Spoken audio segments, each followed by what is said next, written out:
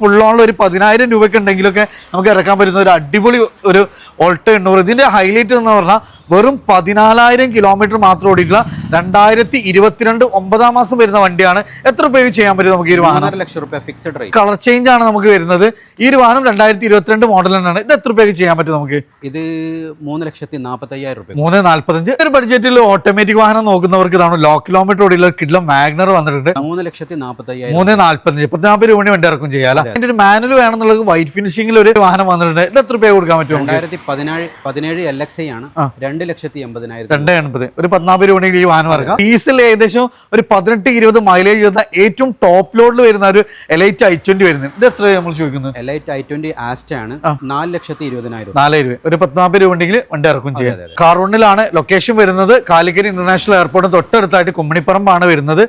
അതായത് നേർ നമ്മൾ കരിപ്പൂര് പോലീസ് സ്റ്റേഷൻ്റെ അടുത്തായിട്ടാണ് കാറോണ് സ്ഥിതി ചെയ്യുന്നത്.